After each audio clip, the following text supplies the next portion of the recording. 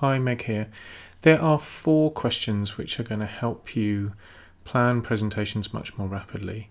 And the first question is definitely not, what am I going to say? That is the last question you ask yourself. Actually, the first question people tend to ask themselves is, what am I going to put on my slides? I've got to do a presentation, and then they open their laptop and they start typing. And there is a whole bunch of thinking to do before you start thinking about what you're going to say. So the 4 questions I want to talk to you about are going to allow you to plan more rapidly, but also to be more flexible when you're actually delivering the presentation. They allow you to draw a border around any kind of research or how much information you're going to be putting in, and also help you deal with the problem of a mixed group, people with different levels of experience, and how to make things. People often ask me, like, how do I make my boring topic interesting, and how do I engage people, and how do I get people to want to be involved in my topic? And using these 4 questions is the really, really solid start to that, and lots of things fall out of them. So in this video, I'm going to introduce you to these 4 questions, and then the next 4 videos will go a bit more in depth, and I'll give you a bit more of my take on them with a bit of the experience that I've had over the past few years. So the very first question you ask yourself is really straightforward. It's who? Who's going to be listening to the presentation? At the moment, we're just thinking about really basic things about demographics. Where are people from? What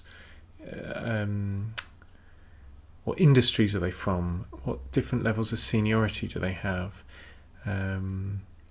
What kind of gender mix are you expecting?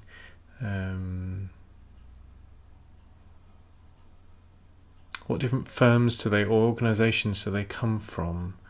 And sometimes, what different ages are there? Like just things you would put on a demographic, on a form.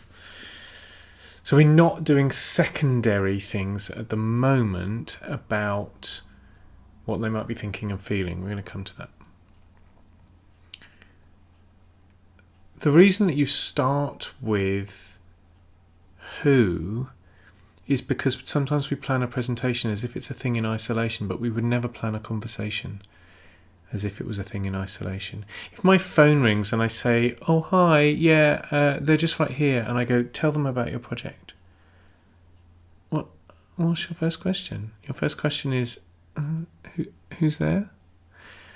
But sometimes we plan a presentation as if it exists as this platonic ideal thing, and being able to think about who's going to be there massively changes everything, because the point of the presentation isn't the words that you're saying. The point of the presentation is the ideas that you're putting in the heads of the people listening, and then the actions that they take based on that.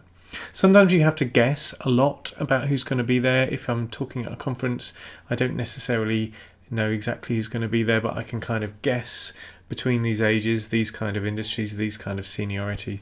By the way, if you're talking at a conference, ask the organiser what they know about who's going to be there. Often they have detailed information. Sometimes you know exactly who's going to be there. If you're presenting to the board, you probably know those individuals really, I was going to say intimately, but you might not know them intimately. But you know them, you know things about them. First question, who? I'm going to come back to that in another video. Second question, we go into the future and think, what actions do I want these people to take as a result of listening to me speak? Now, I know that sometimes you go, oh, well, I just want them to understand, or I just want them, hold on. You want them to understand so that they do what? That's vital. And the more you can get really clear about what you want them to do during the presentation, immediately after the presentation, as in what kind of interaction do you want them to have, later on in the day, next week, next month, maybe even next year, then you're much more able to use that as a barometer to judge what's going to be in and what's going to be out. So be really clear when you're doing this that you are always doing a presentation so that people can take action. And if you think you're not, think again. Go more into the future. Understand this so that what? There's a lot more we need to think about this, because there's two aspects to taking action that both need to be taken into account, and we'll come back to those in another video. I just want to give you the overview today. First question, who? Second question, actions. Third question, we go into their past and go, what are they bringing in with them from their past? What attitudes, concerns, objections, prejudices, beliefs, positive and negative, are they bringing in connected with you and people like you and your topic and your industry and people from your industry or your organisation or your... If you were to go, think about the action you want them to take. If you were to go straight up to them and say, do this, what questions would they have? And then I just make a really long list and go, and maybe a mind map if I'm feeling creative.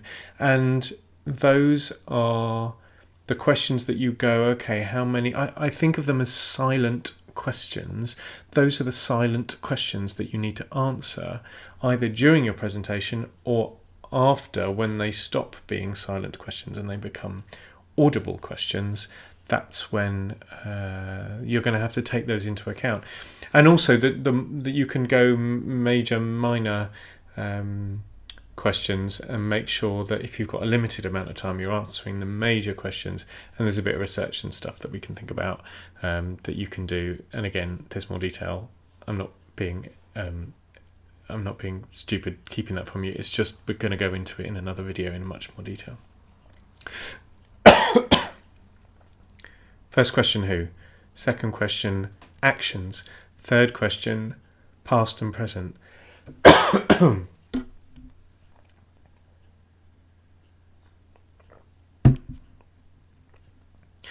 Fourth question, we go up to what they value, what's important to them. Knowing these people, what's important to them in their job, what's important to them as human beings. That can be really important. And what do they need, what do they value in connection with your topic, in connection with you, in connection with the presentation, in wider context. This can also lead you to be thinking about what do they need as humans. And again, there's levels to this.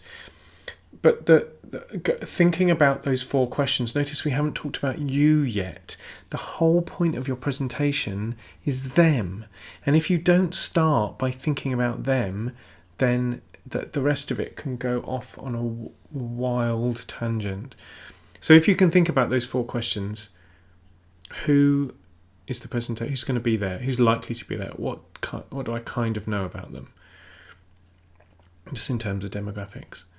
Those people, what actions do I want them to take? What do I want them to do after listening to me talking? Go into their past and present. So go into their past and work out what they're bringing in with them. Also kind of think about in that present moment, what might they need, which we can sometimes get into what time of day it is and what point in the conference and stuff. Fourth question, what's important to them? What do they need? What do they value? What do they want? And again, there's a whole bunch of stuff in all of those questions. But if you can start with those, and even just 4 minutes spent on those, if you're in a rush, can really help. The more time you spend, particularly specifying the actions, really going into what they're bringing in with them, really thinking about what's important to them, straight away, I bet you straight away you can go, oh, okay, I know what I need to put in and what I don't need to put in my presentation. And that's the thing that's really going to help you. The more time you can spend thinking about them, the easier, more streamlined, more flexible the planning's going to be. The more you're going to be able to respond to what happens in the room, partially because you will have predicted it, and the more confident you're going to be. So it also affects your nerves to know that you've planned about how you're going to deal with the kind of stuff that's going to come up. Hope that's useful. If you all of the planning stuff is in a free chapter which you can download from my website. So my website is megalightheart.com, and if you go /presentation now, then there's a link. You don't even have to put your email in. You just download a PDF of the first chapter of the book, and it goes into a lot of detail about the planning questions. See you in the next video, where we're going to think about more in depth about how you think about who is going to be there. Thanks. See you in the next one.